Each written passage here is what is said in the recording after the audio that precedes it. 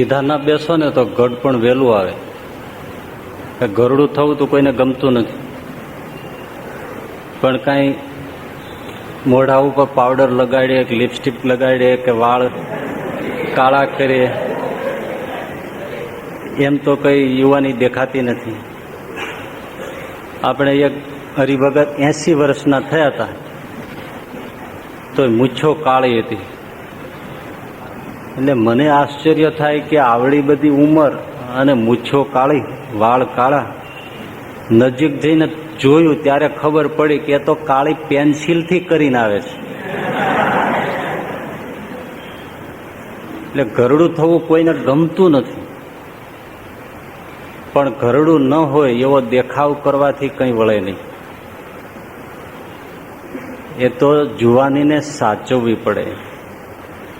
એ વાતો આપણે પછી લઈશું, કારણ કે જ્યારે બ્રહ્મચર્યની વાત આવશે ત્યારે એ જેટલું મર્યાદામાં હશે એટલું, પણ જુવાની સાચવવી પડે. એ સાચવવાના જે રસ્તા છે એ રસ્તામાં શરીરને ઢીલું ન પડવા દેવું એ એક કિમિયો છે. ઢીલા ઢીલા ચાલો, ઢીલા ઢીલા દાદરા ચડો, વધારે પડતી લિફ્ટનો ઉપયોગ કરો, આ ઘડપણ આવે. આ વિદ્યાર્થીઓ છાત્રાલયમાં 3 માળ ચડી જાય અને સાધુ આશ્રમમાં પહેલે માળે જવું હોય ને તો લિફ્ટમાં કરે. મળ્યું છે તો શું કામ ઉપયોગ ન કરવો? જો સગવડતા મળતી હોય તો જરાય આ શાલિગ્રામને કોઈ ઘસારો આપે એવા નથી. પણ ખરેખર એવી રીતે લિફ્ટનો ઉપયોગ ન કરવો જોઈએ. ચડવું ને ઉતરવું એ તો બહુ મોટું શરીરને માટે ફાયદાકારક છે. લિફ્ટ તો માંદા માટે છે, જુવાનિયાઓ માટે નથી, પગ ચાલે એના માટે નથી. દરેકને એના પ્રોઝ એન્ડ કોન્સ, વિરોધ અને પક્ષમાં વિચાર કરીને માણસે હંમેશા અભિપ્રાય બાંધવો જોઈએ. પણ ખોટી ખોટી વાતોમાં હાથે કરીને એવા ખોટા અભિપ્રાયો બાંધીને નુકસાન ન કરવું જોઈએ પોતાની જાતને અને સમાજને. વિવેક ન હોય, પોતાનું દેખાય નહીં, બીજાનું બહુ દેખાય. એટલે એ બધી વિવેકની વસ્તુ છે. એટલે જ આમાં આવ્યું કે જ્ઞાન વગર બધું કાચું છે. સમજણ ન વિકાસ પામી હોય તો સેવા કરે તોય દુઃખદાયી થઈ જાય, અરે ભજન કરે તોય દુઃખદાયી થઈ જાય. માટે મોટા ભેળું રહેવું અને જ્ઞાન વૃદ્ધિ પમાડવી એના જેવું જીવનનું કોઈ ભાથું નથી. ગુણાતીતાનંદ સ્વામી એટલે જ પૂછ્યું કે ધ્યાન કરવું શ્રેષ્ઠ છે, માંદાની સેવા કરવી શ્રેષ્ઠ છે, અખંડ આત્મા રૂપે વર્તવું શ્રેષ્ઠ છે, કે પછી ભગવાનની કથા વાર્તા કરવી શ્રેષ્ઠ છે? આ 4 વસ્તુ ગુણાતીતાનંદ સ્વામીએ ખુદ શ્રીજી મહારાજને પૂછ્યું. તો શ્રીજી મહારાજે બીજા સંતો મુક્તાનંદ સ્વામી, બ્રહ્માનંદ સ્વામી, ગોપાળાનંદ સ્વામી બધાને બોલાવ્યા અને આ પ્રશ્ન સંભળાયો કે ભાઈ આ ગુણાતીતાનંદ સ્વામી એમ કહે છે કે ધ્યાન કરવું શ્રેષ્ઠ, આત્મા રૂપે વર્તવું શ્રેષ્ઠ, માંદાની સેવા કરવી શ્રેષ્ઠ, કે ભગવાનની કથા વાર્તા કરવી શ્રેષ્ઠ? એ સંભળાવ્યું. પછી મહારાજને પૂછ્યું બધા કે મહારાજ હવે કયો, આમાંથી તો બધું સારું લાગે. આપણી દ્રષ્ટિએ તો અખંડ ધ્યાન કરવું શ્રેષ્ઠ લાગે, કારણ કે એ અખંડ ભગવાનમય જ રહેવાનું દેખાય ને. અખંડ ભગવાનમય જ રહેવાનું એને તો આપણે બધા બહુ શ્રેષ્ઠ જ માનીએ. આત્મા રૂપે વર્તવો હોય તો કેટલો શ્રેષ્ઠ છે. દેહ દેખાય જ નહીં, દેહના ભાવ દેખાય નહીં. આત્મા રૂપે ક્યારે થવાય? એ શ્રેષ્ઠ લાગે. એનાથી માંદાની સેવા પછી શ્રેષ્ઠ લાગે. માંદાની સેવા ન કરવી એવું નથી, શ્રેષ્ઠ છે, અતિ ઉત્તમ છે. કદાચ 100 માળા કરે જેટલો રાજી ભગવાન ન થાય એટલો માંદાની સેવા કરે ને રાજી થાય. કારણ કે સામાનું ફળ છે, એની પ્રસન્નતા એ આપણી બધી ખોટ પૂરી કરી. જેને જુવાની હોય, થતું હોય, જોગ મળ્યો હોય તો સેવા તો બહુ મોટી વાત છે, પણ એ સેવા પોતાની માનેલી ગોઠવેલી અને પછી પોતાને ફાવતી હોય એટલી જ કરવાની, પછી બીજી કોઈ સેવા બતાવે તો હામું થવું, એ સેવક ભાવ નથી. જ્યાં જરૂર ઊભી થઈ હોય ત્યાં દોડી જવું, નાનું કે મોટું કામ ન જોવે. વાસણ હરિભક્તોના ઉપાડવા હોય તો ઉપાડી લે, એવો સેવક ભાવ હોય, એ સેવા છે. પણ હું તો મોટો, મારા ત્યાં ન થાય તો એ સેવક નથી. અને પછી આવે કથા વાર્તા, એમાં તો કઈ હાલ આવતો નથી. બેસી રહેવાનું છે, ટાઢે છાંયે પંખા ફરતા હોય. કેમ? શું હાલ છે? સહેલામાં સહેલું હોય તો કથા વાર્તા કે નહીં? કથા વાર્તા કરવી સહેલી કે સાંભળવી સહેલી? હે? કરવી સહેલી નહીં? કેમ? એમાં શું અઘરું બળ પડે? એમાં શું? એ ઉલટાનો જો હોવ પુરાણી કહે, શાસ્ત્રી કહે, આ બધા બેઠા હોય તો મોટી એક હાથી જેટલી ઊંચી વ્યાસપીઠ હોય, એના ઉપર બેસાડે, નામ બોલાય, હે બે કે આ તો અનુભવમાં છે ને અનુભવમાંથી બોલે છે, ત્યાં તો ફાળીને ફૂલકો થઈ જાય. હા, આ તો બધા વચનો અનુભવમાંથી બોલે છે, કોઈ વાંચેલું નથી. આ તો એમના જીવન બોલે છે, વર્તન બોલે છે. આવું બધું કહે એટલે ભલાને અંદરથી એમ થાય કે હા, હવે મારું બરાબર સન્માન થયું. રુદિયો જાણતો હોય કે આમાં અનુભવમાં કેટલું આવ્યું છે. સાંભળવું અઘરું છે, છતાં સહેલું છે, બોલવું બહુ અઘરું છે. એ તો જ્ઞાનવર્ધક સભામાં ખબર પડે ને. હે? જ્ઞાનવર્ધક સભામાં 10 મિનિટ જ બોલવાનું હોય, પણ નાકની બુટીઓ લાલ થઈ જાય. ગાંધીજી ભાખરીને શાક ખાતા હતા એમ બોલવું હોય ને બધું ઊંધું થઈ જાય. એ ગાંધીજી સાબરમતી આશ્રમમાં સાકરીને ભાગ ખાતા હતા, અને એ ઘાટમાં માંધી. મહાત્મા ગાંધી ભલે ઘાટમાં માંધી, એ ઘાટમાં માંધી વકીલ થયા હતા. આફ્રિકા ગયા ને વકીલાત શરૂ કરી, પણ ત્યાં ન હાલી. સત્યાગ્રહ કર્યો તો હાલ્યો. તે અહીંયા દેશમાં આવીને હોત સત્યાગ્રહ શરૂ કર્યો, તે એમાંથી એનું હાલ્યું તો મહાત્મા થઈ ગયા. એ મહાત્મા ગાંધી પછી તો દેશમાં જ્યાં જાય ને એને ઘાટમાં માથી કહીને જ લોકો બોલાવે. એટલે ભાઈ, અને એની માનું નામ એની માનું નામ તે ભૂલી ગયો. એ પછી બાજુમાં સાહેબ બેઠા હતા, એ કે પૂતળીબાઈ, એ કે સાહેબ જવા દ્યો ને હવે. અરે ભાઈ, જવા જ દીધું છે, તને યાદ નથી આવતું. એના બાપનું નામ, એનું બાપનું નામ કરમચંદ હશે કે સાહેબ હું ભલે રહ્યું. આમ કાંઈ પરિચય થાય? બોલવું કઠણ છે, બહુ અઘરું છે.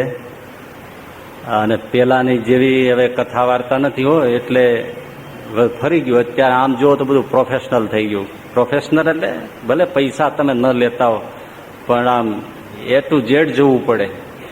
જે લોકો આવે એ જાણે આમ જજ થઈને બેઠા હોય એમ બધા આવતા. ઓલું તો માનકી સડ્યા રે મોહન વન માળી, ત્યાં તો અડધા હોઈ ગયા ને અડધા જાગતા હોય.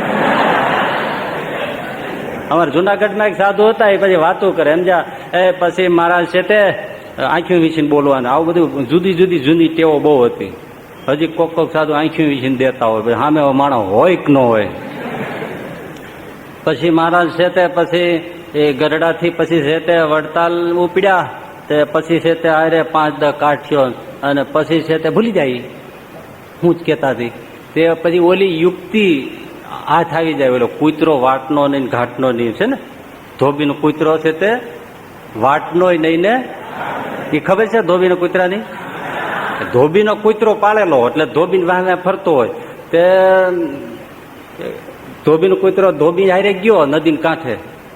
તે વળી થોડીક વાર થાય ઘરે આંટો મારે, થોડીક વાર થાય તો ઓલી આંટો મારે, વળી થોડીક વાર ત્યાં બે ઘડી ઘરે આંટો મારે. એને તો કામ એવું ને, તે ધોબીને લુગડા જાજા ભાતું લઈને આવ્યો હોય ટિફિન, તે પછી ખાધું. તે એને જાણ્યું કે કૂતરો તો આવ્યો છે, ઘરેથી જ આવ્યો છે, ખાઈને જ આવ્યો છે ને, તે એને કઈ રોટલો નાખ્યો નહીં. એટલે અહીં કાંઈ મળ્યું નહીં, કૂતરો પાછો ઘરે ગયો. તો ઘરવાળાને એમ થયું કે ત્યાં ભેળો ગયો તો એને નાખ્યો જશે ને, એને ન દીધું. તો કૂતરો પછી ભૂખ્યો રહ્યો. શું રહ્યો? ત્યારથી કહેવત પણ કે ધોબીને કૂતરો વાટનોય નહીં ને ઘાટનોય નહીં. એ આમ ભૂખ્યા રહી જાય, આમ ડોલે રાખે ને એટલે એ યુક્તિ પડી ગઈ છે. એટલે કોકના થઈને, નિષ્ઠાવાળા થઈને કે એક તરફી કે એક સત્ય સિદ્ધાંતને વરીને જીવવું, એવો આમાં સાર છે. કાં તો ગ્રહસ્થ થવું, કાં તો સાધુ થવું. પણ સાધુ થઈને ગ્રહસ્થ થવું તો ધોબીનો કૂતરો વાટનોય નહીં ને, ગ્રહસ્થ થઈને પાછો સાધુ થવું તો ધોબીનો કૂતરો વાટનોય નહીં ને ઘાટનો. એવા ઘણા હોય, એવા ગ્રહસ્થમાં પાછા જુદી. હવે સાંભળશે ત્યારે એ વાત કરશું. તો એ પછી મહારાજ છે તે ગરડેથી નીકળ્યા, વડતાલ જતા હતા. તે પછી હારે બધા કાઠ્યો, પણ પછી છે તો કૂતરો વાટનોય નહીં, પછી કૂતરો ઘાટનોય નહીં. મહારાજની હારે લાગે. પછી મહારાજ સભામાં આવીને બેઠા, પણ પછી કૂતરો વાટનોય નહીં, પછી કૂતરો ઘાટનોય નહીં. હવે આ કેટલો અર્થનો અનર્થ થાય. પણ તોય હાલતું. હવે ન હાલે. હવે તો બધું કેવું માગે છે તમે જુઓ છો. એટલે એવી કથા વાર્તા એ કરવી, એ બહુ થિંકિંગ, બહુ વાંચન, બહુ મનન, ચિંતન કેટલું બધું માગે છે. અને thinking is a hard work. શરીરનું કામ કરવું ને સારું,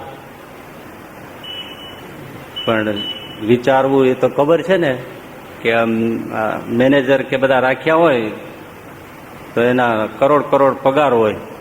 જ્યારે જોયો તો શું કરતા? બેઠા જ હોય, બેઠા જ હોય, કાંઈ કરતા ને દોડતા બીજા હોય. પણ એના વિચારમાંથી એનું પ્રોડક્શન થતું હોય. તો મહારાજને 4 પૂછ્યું, એમાં મહારાજે એમ કહ્યું કે ભાઈ કથા વાર્તા ભગવાનની કરવી એ શ્રેષ્ઠ છે, બહુ શ્રેષ્ઠ છે. વાત તો સાચી છે, પણ જોઈએ એવો મહિમા પહોંચેલા લોકો જ કથા વાર્તાનો મહિમા સમજતા હોય છે ખરેખર. બાકી હજી આપણે એવો કથા વાર્તાનો મહિમા સમજતા નથી. તો જ્ઞાન વગર, કારણ કે કથા વાર્તામાંથી જ્ઞાન આવે છે, પણ એમાં એવું છે ને કે કોકને ક્યાંક એકાદો શબ્દ અડી જાય તો એ ચમકારો બોલે ને એવો આમ ડામ લાગે, તો બીજી વાર આવે જ નહીં. ઘણી વાર આવું થાય, એટલે મુશ્કેલી પડે. પણ સાવધાની જ્ઞાન આપે છે. અને જ્ઞાન છે એ વિદ્યાભ્યાસ છે, અભ્યાસ છે મોટો. અને એ કથા વાર્તામાં તો બધા જ્ઞાન આવતા હોય, બધી પ્રકારના આવતા હોય. પણ કાગડા જેવી ચતુરાઈ રાખીને જો લઈ લે તો જ જ્ઞાન થાય. કાક ચેષ્ટા બક ધ્યાનમ શ્વાન નિદ્રા તથેવ ચ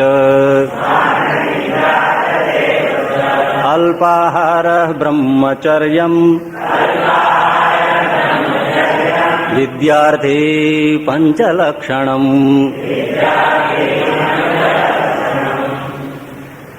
કાક ચેષ્ટા, એમાંથી તમે શું લીધું? હે? ચતુરાઈ. ચતુરાઈમાં ચતુરાઈ શેમાં રાખવાની?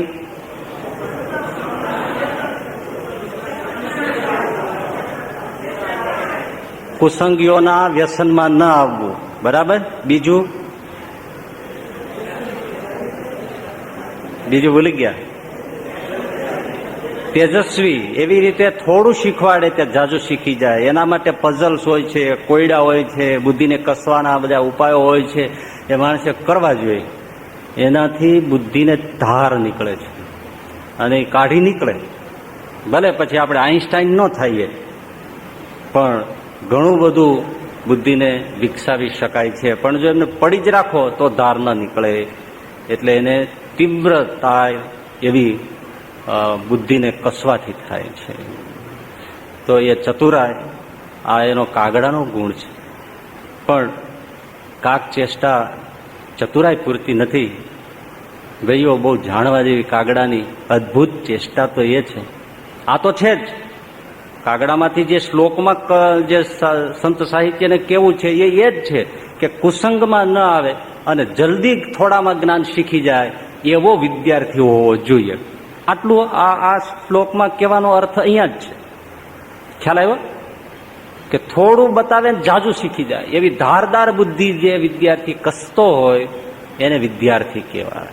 અને બીજું કે એ વિદ્યામાં જે નડતર રૂપ થાય એવી કોઈ પણ વસ્તુઓ, વ્યસનો એનાથી દૂર હોય. પછી ટીવીનું વ્યસન હોય, પછી બીડીનું વ્યસન હોય, પછી જુગારનું રમત વ્યસન હોય, પછી રખડવાનું વ્યસન હોય, પછી ગપ્પા મારવાનું વ્યસન હોય. આ બધા જ પ્રકારના એને વિદ્યાને જે અવરોધ થાય એવી બધી વસ્તુઓને ઓળખીને એનાથી સાવધાન રહીએ. અમે સાધુ હોય તો અમારે પણ જે અભ્યાસ કરતા હોઈએ, જે માર્ગમાં હોઈએ, એમાં પણ એવી કાગડા જેવી ચતુરાઈ હોવી જોઈએ કે જે આપણે જે લક્ષ્ય બાંધ્યું છે એ લક્ષ્યમાં બીજા વિઘ્ન ન કરી જાય. એ ચતુરાઈ છે. પણ આ એક્સ્ટ્રા જે વાત છે ને, જે સાહિત્યમાં તો આમાં નથી કીધી, પણ આપણે જે જાણવાની છે બહુ જ. કાગડો પગે લાગવા જેવો છો. કાગડો કેવો છે? એવું શું છે પગે લાગવા જેવું? જો પગે લાગવા જેવો હકીકત છે. નહીં તો તમે એને ખીર શું કામ ખવડાવો 16 દિવસ? તમે એને શું ગણો છો? આમાં દાડા આવ્યા, એક જણા એમ શ્રાદ્ધ નાખ્યું તો કાગડા આવ્યા છે, પાડોશીએ બંદૂકનો નાળું મારીને હસડીને દઈને માર્યું, એક કાગડાને બઠો પાડી દીધો. તો પાડોશીના ઘર ઉપર પાડ્યો. અને ઓલા પાડોશી લાકડીઓ ધારિયા કુહાડીને બંદૂકું બરસ્યું તોપું લઈને આવ્યા. આપણે ક્યાં ભાડું ચૂકવવાનું છે? ભલા માણસ લાવવા દો ને તોપ. લાકડીઓ લઈને આવ્યા. એ કે અમારા દાદાને મારી નાખ્યા તમે, હાલો આમ બઠ્ઠા પીડ્યા. જો અમારા દાદાને તમારાથી મરાય જ કેમ? મારી માને તોડી નાખી. ઓલા કે મેં તમારા દાદાને નથી માર્યા, મારા દાદાને માર્યા. તો કે મારે તમારે બોલ્યા વ્યવહાર નથી, અને તારો દાદો ન્યા કેમ? તો કે એટલે માર્યો. મારો બાપ થઈ ન્યા તારે ન્યા ખીર કડાવવા પોગી ગયો એટલે માર્યો. બાપ ત્યાં હોય તો મરી જાય, કાગડા થાય તો મૂકે નહીં. મૂળ વાત શું છે? પિતૃ કહીએ, પિતૃ કહીએ છે ને, પિતૃ કહે છે. પિતૃ પગે લાગવા જેવા ન હોય?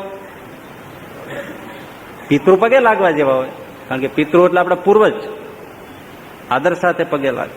હા, પણ એ શા માટે? આપણું જે ઋષિઓનું વિજ્ઞાન છે, ઋષિઓની જે દ્રષ્ટિ છે, એને તો પૃથ્વીનું તળ રહે ત્યાં સુધી કોઈ પહોંચે નહીં. પણ આપણનો મહિમા નથી. ઋષિએ જે કહ્યું અદભુત અદભુત અદભુત. મૂર્ખ હોય ને એ એમ કહે કે આપણા પૂર્વજો અજ્ઞાની. આજના બૌદ્ધિકો કહે છે કે ભારતના ઋષિઓ જે બધું કહેવાય છે એ તો અજ્ઞાનીઓ હતા, એને આ બ્રહ્માંડની કઈ ખબર નહોતી. અરે ટણોપા! હવે એ બધા ચંદ્ર ઉપર આંટો માર્યા, ફલાને આંટો માર્યા, એટલે કે આ તો એને ખ્યાલ જ નહોતો. એવું નથી ડોબા, એને બહુ ખબર હતી. એમણે જે ગ્રહોના જેવા રંગ, જેવો વલય, જેવી ગતિ, એ બધું કોઈ પણ દૂરબીન વગર, કોઈ પણ યાન વગર, કોઈ પણ લેબ વગર એમણે લખ્યું છે. અને આજે એવું ને એવું જ દેખાય છે. મંગળનો રંગ લાલ છે કે આનો રંગ આવો છે, તો એ જ છે. તો અજ્ઞાની કોણ થયું? અજ્ઞાની આજના લોકો થયા કે એને આટલા સાધનો હોય તોય ન્યા જઈને ઓલા ધૂમકેતુ જઈને ધૂંબો મારી આવ્યા. ઓલા એ બેઠા બેઠા કહે છે કે ધૂમકેતુ કેવો છે. તો અજ્ઞાની કોણ છે? આજના લોકો અજ્ઞાની છે. એ લોકો બહુ જાણતા હતા, છતાં જરૂરી હતું ને એટલું પ્રગટ કરતા હતા, અને બીજું બહુ સુષુપ્ત કરી દેતા હતા. આપણને તો લાગે કે જનોઈના 3 તાગડા એટલે શું, આમાં તો બસ નાખ્યું ગણાય કે આ તો મોટર પાણી ખેંચવા માટે પટ્ટો ચડાવે ને.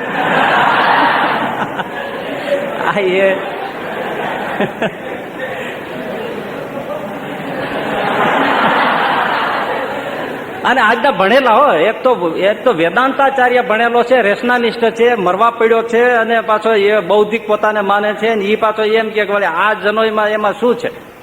એ વેદાંત શાસ્ત્ર ભણ્યા તો એને ઋષિઓનું વિજ્ઞાનનો ખ્યાલ ન હોય કે ઋષિઓ શું કહે છે. એ કે આ તો બસ ઘણા એવું કે છે કે કાનની હેઠે નસ હોય છે, એ દબાવવાથી કળશો સાફ આવે.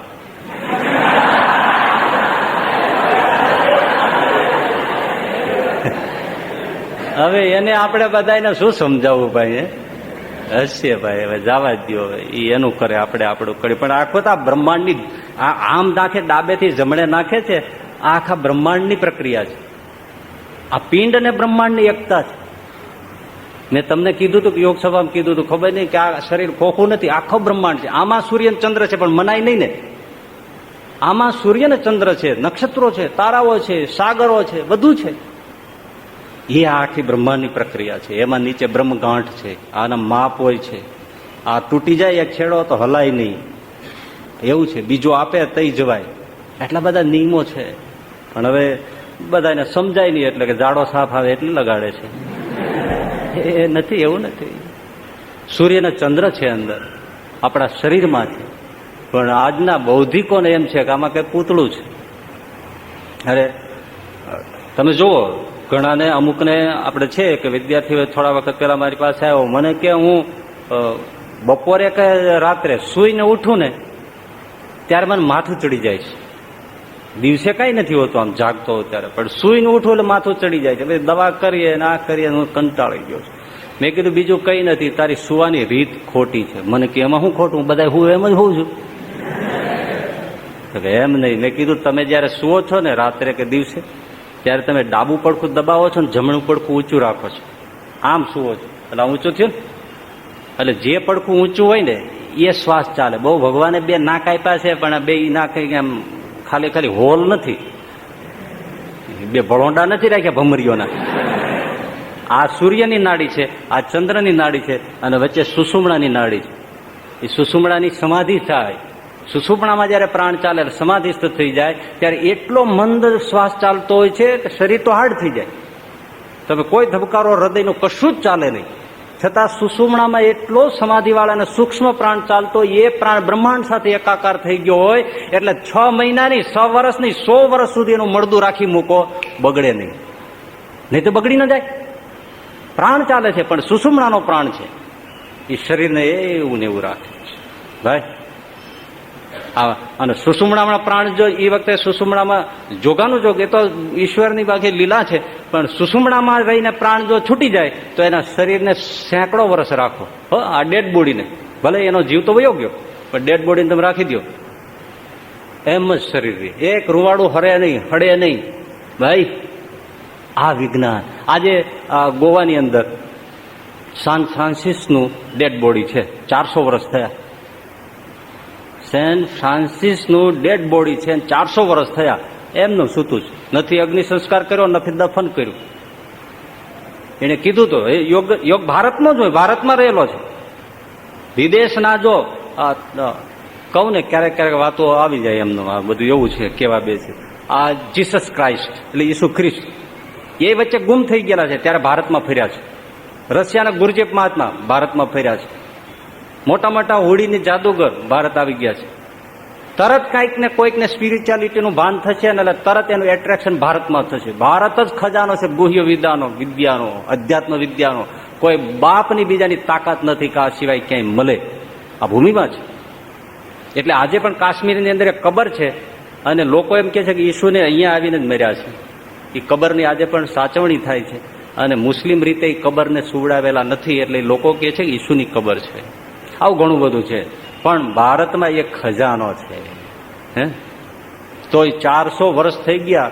સંત ફ્રાન્સિસ બે છોડ્યો ત્યારે કહ્યું મારા શરીરને રાખી મૂકજો, કશું જ નહીં થાય. એવા તો કેટલાય આપણે યોગ્યો થઈ ગયા કે જેમણે એમના શરીરો મૂકી દીધા તો કોઈ અસર ન થાય. યોગ વિદ્યાઓ છે. હવે તમે એમ કહો કે આ ખાલી પિંજરું છે એમ કેમ કહો? હે કેમ કહેવાય? આપણે પ્રચાર નથી કરવો, પણ અમારું નજરે જોયેલું છે. આપણા ગુરુદેવ શાસ્ત્રીજી મહારાજ, એમને શરીર ત્યાગ કર્યો, વાળનો ફેર નહીં. ચક થઈ જાય ને. એ શરીરને જો એમને રાખી મૂક્યો હોત ને તો આજે પણ એવું હોત. કારણ કે યોગ મુદ્રામાં શરીર મૂકી દીધું એમણે. સુષુમ્ણાનો પ્રાણ છે. એવું ને એવું જેને જીવતા હોય ને બેઠા હોય. આ તમે જેટલા ઓલા ફોટા જોવો છો ને અંતિમ અવસ્થાનો, કઈ બાજુ આવ્યો? આ બાજુ છે, આ છે કે કઈ, એટલે છેલ્લે છે. એ 3જે દિવસે ફોટો પાડેલો છે. દેહ મૂક્યા પછી આજે આપણે ફોટો જોઈએ છે ને હાફ સાઈઝનો સ્વામીનો અંતિમ, એ 3જા દિવસનો પાડેલો છે. કોઈ કે સૂતા છે એમ. હવે તમે એમ કયો, કેમ કયો કે આ શરીરમાં આપણા કાંઈ નથી ને વિજ્ઞાનીઓ, આપણા સાધુઓ, બધા ઋષિઓ અજ્ઞાની હતા? તમે કોઈ વસ્તુ, આ સીધી સાદી વાત કહો, તમે ટમેટું હોય, કેરી હોય, દહીં હોય કે કોઈ એવું ફળ હોય, ચીકુ હોય, એને તમે 3 દિવસ, હા મારી વાત ઉપર તમને વિશ્વાસ ન આવતો હોય તો તમે તો ફ્રીજ તો બધાને ઘેરે છે ને, બધાને ઘેરે ફ્રીજ છે ને, હે વડીલ હરિભક્તો છે ને, તમે તમારા ફ્રીજમાં તમને અનુભવ હશે, તમને અનુભવ ન હોય તો ઘરે જઈને બૈરાને પૂછી જોજો, ટમેટું તમે ફ્રોઝનમાં મૂક્યું હોય, ફ્રોઝનમાં, ફ્રોઝન સમજો છો ને, ફ્રોઝન સમજો છો કે નહીં? ફ્રોઝન કેને કહેવાય? ઉપર બરફનું ખાનું હોય ને ફ્રોઝન કહેવાય. શું કહેવાય? હવે ખબર પડી કે નહીં? એટલે કથા વાર્તાનો મહિમા કીધો. આમાં બધું આવે તમને. લ્યો હવે ફ્રીજમાં ફ્રોઝન ક્યું છે ખબર પડી કે નહીં? બોલો, મેં શીખવાડ્યું ને એટલું, હું તમારો ગુરુ થયો. ફ્રોઝન ઉપલું ખાનું જેમાં બરફ થાય ને ફ્રોઝન કહેવાય. એ ફ્રોઝનમાં તમે એક ટમેટું મૂકી દો, એક ચીકુ મૂકી દો, બરફ જ છે ટોટલ. 3 દિવસ રાખો. ટમેટું તાજું જ મૂક્યું હતું. આમ કેવું કામ, તમે ટપોરો મારો ને તો ટમેટું સામે આમ આપણી સામે ચાંદુડિયા પાડે એવું ટમેટું. આમ મારો તો આપણને એમ કે શું મારે છે, શું કામ છે, એવું આમ કડાક હોય. મૂકી દો 3 દિવસ, પછી ટમેટું કાઢજો અને એને તમે બહાર મૂકી દેજો. 1 કલાક રાખજો ને પછી કેજો આને સુધારો. તમે સુધારી નહીં શકો. કેવું થાય ખબર? આમ અડો ને ત્યાં છાયલું નોખી થઈ જાય, બીનો ગાભડું બહાર નીકળી જાય અને પાણી થઈને પચકાય રેલો હાલે જાય, કોઈક એકી કરી ગયું હોય એમ બગડી જાય તરત. ફ્રોઝનમાં રાખેલી કોઈ પણ વસ્તુ જાજો સમય બહાર ના રહે. તમે ફ્રોઝનમાં રાખો તો વર્ષો રહી જાય, હાલો રાખો રહી જાય. પણ એને બાદ 3 દિવસ મૂક્યું, અમુક વખત મૂક્યું, પછી તમે બહાર કાઢો ફટાફટ બગડે. અને એવું બગડે કે તમે વાપરી ન શકો. તમે જોયું છે ને કે નથી જોયું? ન જોયું તો જોઈજો. એટલે મારે એ કઈ શું કેવું છે કે આપણા સ્વામી ગુરુદેવ શાસ્ત્રીજી મહારાજે શરીર મૂક્યું એટલે એને બરફની પાટીઓની વચ્ચે મૂકી દીધા હતા. એટલા માટે વિદેશીઓ આવવાના હતા 3 દિવસ 3 દિવસ સુધી. બરાબર છે? સમજાય છે? 3 દિવસ ટમેટું સારું રહે, બરફમાં સારું રહે. હું ના પાડો છો? ફ્રોઝનમાં સારું રહે, બરફમાં એવા ને એવા. બરાબર છે? બરાબર છે. પછી જે દિવસે ચોથે દિવસે અગ્નિ સંસ્કાર કરવાનો હતો તે દિવસે વહેલી સવારે 3 વાગે સ્વામીને એમાંથી લઈ લીધા. બરફ બધો હટાવી દીધો. પછી ગંગા જળ ને જમના જળ ને બધા જળથી એમને ખૂબ સ્નાન કરાવ્યું. 3 વાગ્યાથી 4 વાગ્યા સુધી સ્નાન કરાવ્યું. ફરીથી નવા વસ્ત્રો પહેરાવ્યા, જનોઈ પહેરાવી, માથે પાક બાંધી, ચશ્મા પહેરાવ્યા. એ બધું થયું. એટલે 5 વાગ્યે એમ 5, 5:30 એમને ઓફિસની આગળ જે ઓલો ઓટો છે એ ઓટા ઉપર પાટ ઉપર એમને પાલખીમાં જે તમે ફોટો જોવો છો એમ બેસાડી દીધા. કેટલા વાગે બહાર કાઢ્યા છે? કેટલા વાગે? 3 વાગે. અને 2:30 વાગે અગ્નિ સંસ્કાર કર્યો, 12 કલાકે. અને એ ગરમી, તે દિવસે બહુ ગરમી હતી, તમને યાદ છે ને? હે? હા. અને એ પછી 11, 11:30, 12 વાગે પાછી એ પાલખી લઈ અને રાજકોટના આખા નગરની અંદર યાત્રા, મેઇન ઢેબર રોડ ને ગોંડલ રોડ એ આખું ચક્કર મારી અને વાજતે ગાંજતે 2 વાજા સાથે સ્વામીની પાલખી ફેરવી અને 2:30 વાગે તો ત્યાં આવ્યા સ્કૂલના પાછળના ભાગમાં. પછી એમની ચિતા ગોઠવાઈ. એટલે નહીં તો 3, 3:30 વાગે, 12, 12.5 કલાકે. પણ જેવી ચિતા ગોઠવાડી અને પાલખીમાંથી ઉપાડ્યા, માથે મૂકીને સુવડાવ્યા, લાંબા થઈને સુઈ ગયા. દેખાય આવું? કેવા કે જયારે ઢોલિયામાં સુવડાવો એમ સુઈ ગયા.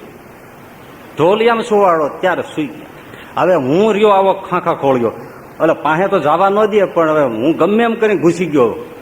અને કારણ કે બધા જો હલ્લો કરે તો અગ્નિ સંસ્કારની વિધિ ડામાડોળ થાય ને. પણ હવે હું તો પેલા થોડી સેવામાં રહેલો એટલે જટ મને કોઈ પછી બહુ આમાં હા ન કરે. જઈને પહોંચ્યો, પણ મેં એમના 2 ચરણના છે ને તપાસવા ખાતર જો આમ એમને જે ચરણ દબાવ્યા હોય અને જેવી ચામડી હોય એવી ને એવી ચામડી, અમારી ખાતરી કરેલી વાત હું તમને કહું છું. 1.5 કલાકમાં તમારું ટમેટું બગડી જાય કે તમે આમ અડો એટલે છાલ નોખી પડી જાય. આ ખાસ હું 12.5 કલાકે એમને આમ પગે લાગવા ગયો, ચરણને મેં અડ્યો ને મેં આમ જોયું, એવી ને એવી ચામડી, એવી ને એવી. એવું જગારામાં આ સુષુમ્નાનો પ્રાણ છે, આ સમાધિ મરણ છે. આ અક્ષરના મુક્તો છે, પુરુષોત્તમના મુક્તો છે. ત્યારે દુશ્મનો સાધુ હોય ને, ઘણા સાધુના જેવા દુશ્મનો હોય ને એવા ગ્રહસ્થ ન હોય, સમજી રાખજો. હા, બ્રાહ્મણા બ્રાહ્મણમ દ્રષ્ટવા શ્વાનવત ગુરગુરાતે. બ્રાહ્મણને એટલે કે સાધુને સાધુ જોવે તો કૂતરાની જેમ ગુર્રાટી મારે. બ્રાહ્મણા બ્રાહ્મણમ દ્રષ્ટવા શ્વાનવત ગુરગુરાયતે, કૂતરાની જેમ ગુરગુરાય. એટલે સાધુને જેવો દ્વેષ હોય, સાધુને જેવો વેર હોય એવું બીજાને ન હોય. એ તમે એમાં પાછા રહી જાઓ, કારણ કે તમે તો કદાચ એક જન્મે પૂરું કરી દો, સાધુ બીજે જન્મે વાહે આવે. હા, એ તો બહુ ઝેર, કારણ કે હરામનું ખાવાનું ને પછી બુદ્ધિ એવી થઈ જાય. તો દુશ્મન સાધુ આખી જિંદગી દુશ્મનાવટ રાખી હોય અને કોઈ દિવસ શાસ્ત્રીજી મહારાજે સારું કામ સત્સંગમાં કાંઈ કર્યું જ નથી એવું કહેનારા, પણ અગ્નિ સંસ્કારમાં એક સમાજની રૂઈ આવવું પડે ને. પણ ભાઈ એને આ જોયું, આંખમાં આંસુ આવી ગયો. એ અગ્નિ સંસ્કારનું સ્વામીનું આ મૃતક 5 ભૌતિક શરીર જોયું, આ રીતે આમ લેટાયું અને માણસ બોલ્યો, અમે ઘણા સદગુરુ સંતોના અગ્નિ સંસ્કાર કર્યા છે, પણ મારી જિંદગીમાં આવું અદભુત અંતિમ દર્શન જો કોઈનું હોય તો એકમાત્ર શાસ્ત્રીજી મહારાજ સિવાય મેં કોઈનું જોયું નથી. આ શું છું? હવે તમે એમ કહો છો કે આ શરીરમાં કાંઈ નથી, તો આ સૂર્યનાડી છે. આ શેની છે? આ શેની છે? આ શેની છે? તમને શરદી થાય ને, અથવા શરદી થવાની હોય, તમને ખબર પડી જવી જોઈએ આ નાડી ચાલે, સમજવાનું શરદી થઈ છે ને થવાની છે. હવે કોઈને પૂછવાનું ન રહી, આ મળે તરત હાલવા સમજી લેવાનું શરીર ઠંડુ પડી ગયું છે, આ મંડે હાલવા. અને તમને પિત્ત થવાનું હોય, માથું ચડવાનું હોય, પિત્તના દર્દ થવાનો હોય, તરત આ ફોયણું છે ને ચાલુ થઈ જાય. દિવસની અંદર અડધો કલાકે, અડધો કલાકે, 15 મિનિટે, 10 મિનિટે આ નાડીઓ બદલતી જ હોય છે. અરે બહુ મોટું વિજ્ઞાન છે, પણ આપણે આ ધમાલમાં કરી નથી શકતા. એટલે એવું છે, ચંદ્રમાં જળ પીવું, સૂર્યમાં જમવું, આ બધા વિજ્ઞાન છે. એ જો આવી રીતે કોઈ જમે, આ નાડી ચાલતી હોય ત્યારે જમે, આ નાડી ચાલતી હોય ત્યારે પાણી પીવે, માંદો જ ન પડે ઠાઠડીને જાય ત્યાં સુધી. પણ આપણે તો બે હાલતી હોય ન હાલતી હોય તોય ખાઈ લેવાનું. હવે રાતે 12 વાગે શું હાલતું હોય કયો છે? હે ભાઈ, 12 વાગે હું એકેય ન હાલતી હોય, બંધ હોય અને ખાવાનું ચાલુ હોય, કારણ કે કોકનો ડબરો મળ્યો. તો એ છોકરાએ મને પૂછ્યું, મને કે આ મારે ઉઠું છું ત્યારે આમ માથું ચડી જાય છે. મેં કીધું હોવાની રીત ઊંધી છે ને, તમે ડાબે પડખે સુવો છો અને પછી સૂર્ય નાડી, આ જે તમારે નાડી બદલવી હોય એના વિરુદ્ધ તમે પડખે સુઈ જાઓ, ચાલુ થઈ જાય. તમારે આ શરદીનું હોય તો તમારે આ ચાલુ કરવી હોય, તમારે આમ સુઈ જવાનું, આ ચાલુ થઈ જાય. આ તમારે બંધ કરી દેવી હોય, તમે આમ સુઈ જાઓ એટલે ચંદ્ર નાડી ચાલુ થઈ જાય. અને મેં કીધું તમે હવે છે ને જમણે પડખે સુતા જાઓ, ડાબું પડખું ઊંચું રાખો. અને ડાબું પડખું ઊંચું રાખે, માથું મટી ગયું. કારણ કે ઊંઘની અંદર એટલી બધી સૂર્ય નાડી ચાલતી હતી કે એનાથી શરીર આખું ગરમ થઈ જતું, મગજમાં ગરમી ચડી જતી હતી, માથું ચડી જતું. કેટલું બધું શરીરમાં વિજ્ઞાન છે. એટલે આ ખાલી પૂતળું નથી, આ બ્રહ્માંડ છે, એમાં અનેક કળાઓ છે, અનેક પ્રકારનું વિજ્ઞાન છે. પણ એ થોડુંક કે એને જાજુ શીખી જાય, પણ એ તો કાગડાની ચેષ્ટા છે વિદ્યાભ્યાસની એક. પણ એનાથી મોટી આપણે એ વાત ઉપાડી હતી કે આપણા પિતૃઓએ જે પૂર્વજોએ કીધું છે એની અંદર ભારોભાર વિજ્ઞાન ભર્યું છે. કેટલું? આપણે તમને એક જ નમૂનો આ બતાવ્યો. એવી જ ઇન શોર્ટ એવી જ રીતે ગાયને માતા કીધી, પણ મૂર્ખા થોડા છે. આજે તમે એને એક અંશ કોઈ ખોટો નથી પાડી શકતા. ગાયનું મૂતર ઘડામઢ પી જાઓ. આજે જેમ જેમ વિજ્ઞાન આવતું ગયું, કેન્સર દા ન દે, ગાયના મૂતરમાં જ બનાવેલી દવા. મૂતર છે નહીતર મૂતર નહીં તો ભેંસનું તો કેવું ઘાટું હોય, એનાથી ઘોડાનું તો ભારે જ ઘાટું હોય, પણ એનું કોઈ ઔષધમાં કામ આવે. ગૌ માતા છે. અરે દેવતાઓનું આહવાન થાય, ગૌમૂત્ર છાંટી દો, આવીને બેસી જાય. એટલે અમથો છે મૂર્ખ દેવ. મહાપૂજા કરો, યજ્ઞ કરો, ગૌમૂત્ર લાવજો. આપણું મંગાવ્યું કોઈ? આપણે મફત આપી એવા છે. લ્યો, આપણા મળને અડીને 17 વાર હાથ ધોવાનો આવે છે. તમને શીખવાડ્યું છે ને નવાઓ બધા? 17 વાર હાથ ધોવાનો. જમણો હાથ કેટલા વાર ધોવાનો? 10 વાર. ડાબો હાથ કે હાથે પાણી લેવાય એ ખબર નથી. હું ભણ્યા તમે અને કે તેજસ્વી ના વધી તો મસ્તું. બોલો.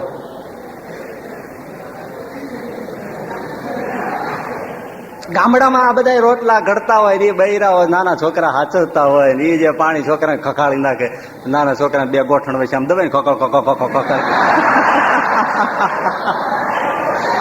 એ પછી છોકરાને ઘોડિયામાં એક તો એનો ધણી ખીજાતો હોય, પછી 15 જણાનો ભાત લઈ જવાનું હોય, માથે 12-1 નો તાપ ચડ્યો હોય, 11 વાગ્યા સુધી એની હારે મગફળી ઉપાડી હોય, અહીં આવીને 15 જણાના મજૂરિયાના ભાત કરવાનો હોય, એમાં નાનું છોકરું કાંખે તેડ્યું હોય, ઈ ટાણે કે મારે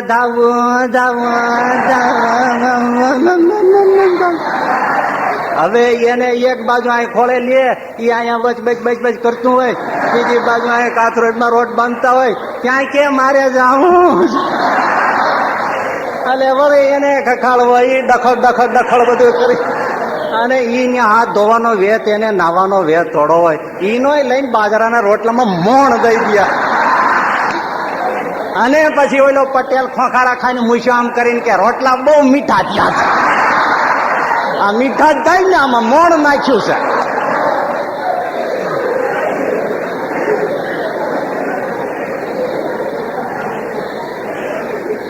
ગૌ છાણ છે, જો છાણ છે, પણ જો છાણનો ઉપયોગ કેવો થાય છે, આમ લીપો દેવતાઓ બેસે એને ગાને માં અમથા કીધા છે.